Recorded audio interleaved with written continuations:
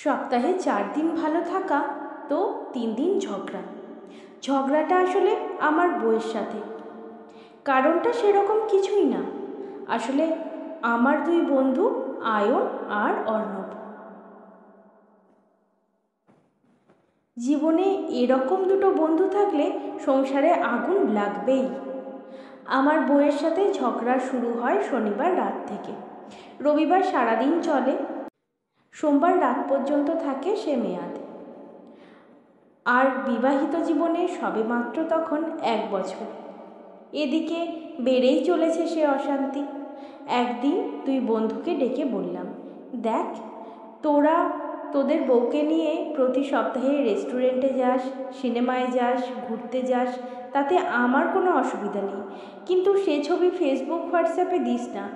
তোরা সরকারি চাকুরে, শনিবার রবিবার 2 দিন ছুটি পাস, আমার তো আর ছুটি থাকে না, চাইলেও সম্ভব হয় না। এদিকে তোদের ওই ছবি ছাপলা দেখে আমার বউ অশান্তি করছে, আমি কেন নিয়ে যাচ্ছি না সেই নিয়ে। মাসে 1 দিন ঠিক আছে, কিন্তু প্রতি সপ্তাহে নিয়ম করে নিয়মিত সম্ভব না ভাই। ওরা হেসে বলল, তা আমাদের কি করার আছে? তুই তোর বউকে না সামলে আমাদের বলছিস কেন? আরে তোরা বন্ধু, তোদেরকে বললে তোরা বুঝবি, বউ কি ওসব বুঝবে? আমার কথা শুনে অর্ণব বলল, বউকে কন্ট্রোল করা শিখতে হয় বস। আমাদের দুজনেরই বউ তো ওই রকম না, আমাদের কিছু করার নেই, নিজেরটা নিজে সামলাও বস। কেন এরকম করছিস বলতো? দেখ, তোদের ভালোর জন্যই বললাম, শুনলে তোদের মঙ্গল, না শুনলে বরং বিপদ বেশি তোদের। এমন কথা শুনে হো হো করে হেসে উঠল দুজনেই। আয়ন বলল, দেখাই যাক কার মঙ্গল আর কার অমঙ্গল। তবে আমরা প্রতি সপ্তাহেই ছবি পোস্ট করব, যে যার ঝামেলা সে নিজে সামলাক। কি বলিস অর্ণব? অর্ণব দাঁত কেলাতে কেলাতে বলল, ঠিকই তো, কারো বাজে দাবি মানব না, মানছি না।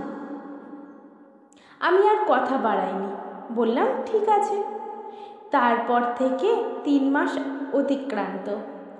আমি আমার সংসারে শান্তি ফেরাতে সক্ষম হয়েছি, দিব্য আনন্দে আছি। অথচ বউকে নিয়ে সিনেমা রেস্টুরেন্টে প্রতি সপ্তাহে যেতেও হচ্ছে না, বউও ঝগড়া করছে না, কিন্তু 2 বন্ধুর সংসারে ততদিনে আগুন লেগে গেছে। ওরা ছবি পোস্ট করাও বন্ধ করে দিয়েছে। ব্যাপারটা যা হলো তা বেশ মজারই। একদিন সকালে দেখি 2 বন্ধু আমার বাড়িতে হাজির। রবিবার বলেই আমি বাড়িতে ছিলাম, আমার বউ সেদিন বাপের বাড়ি গিয়েছিল। ওরা আসতেই 2 কাপ কফি দুজনের হাতে ধরিয়ে দিলাম। অর্ণব বিষণ্ণ বদনে বলল, কী সব শুরু করেছিস বলতো? অর্ণবের কথা শুনে আমি আকাশ থেকে পড়ার ভান করলাম। কেন, আমি আবার কি করলাম? জানি আমরা ভুল করেছিলাম, তা বলে তুইও আমাদের ক্ষমা করে দে, দয়া করে তুই আর ছবি পোস্ট করিস না। আয়ন মনমারা হয়ে বলল, তোর এইসব ছবি দেখে আমার বউ বিরাট ঝামেলা করছে, আমি কেন তোর মতো করছি না, বাড়িতে কাকপক্ষী পর্যন্ত বসতে পারছে না, পরশু রাতে কোনো রান্নাই করলো না, শুকনো মুড়ি খেয়ে রাতটা কাটাতে হলো। আমি হেসে বললাম, যার বউ সে তো নিজেই কন্ট্রোল করবে, আমি কি করতে পারি তার জন্য? দুজনেই বলল, সরি ভাই, আর কখনো আমাদের ভুল হবে না, প্লিজ তুই আর ছবি পোস্ট করিস না। বললাম, ভবিষ্যতে ভেবে দেখব। কি বলি বলুন তো, আমি তো কিছুই করিনি, ঘরে থেকে কয়েকটা ঘরের কাজ করেছি মাত্র, আর সেই ছবি সেই ভিডিও পোস্ট করেছি শুধু। বউ সেদিন ঘুমিয়েছিল। সকাল সকাল উঠে চায়ের কাপ হাতে বউয়ের মুখে ধরলাম, ছবি তুলে পোস্ট করলাম ফেসবুকে। ক্যাপশনে লিখলাম, আমার হাতের চা না খেলে বউয়ের ঘুমই ভাঙতে চায় না। 2 দিন পর দিলাম একটা ভিডিও, বউয়ের কয়েকটা কুর্তি শাড়ি নিয়ে ওয়াশ করছি। ক্যাপশনে লিখলাম, হাউস হাজব্যান্ড হতেও হয়। বউকে ভালোবাসা মানে শুধু সিনেমা দেখাতে নিয়ে যাওয়া নয়। কিছুদিন পর আবার একটা ভিডিও দিলাম, ক্যাপশনে লিখলাম, আমার অফিস ছুটির দিনে বউয়েরও ছুটি। আজকের সব কাজ, বাসন মাজা থেকে রান্না বান্না সব নিজের হাতে করলাম। নিজের সংসারের শান্তির জন্য করেছি। ওরা বলে কিনা আমি ওদের সংসারে আগুন লাগাচ্ছি। আমার দোষটা কোথায় বলুন তো?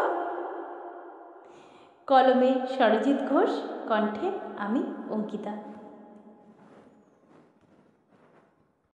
আমার গল্পপাঠ যদি আপনাদের ভালো লেগে থাকে তাহলে এই ছোট্ট চ্যানেলটিকে সাবস্ক্রাইব করে আমার চ্যানেলের পাশে থাকার অনুরোধ জানাই বন্ধুরা। সবাই খুব ভালো থাকবেন, সুস্থ থাকবেন। শীঘ্রই আবার আপনাদের সঙ্গে দেখা হচ্ছে নতুন কোনো আবৃত্তি বা গল্পের সাথে। আজকের মতো বিদায়।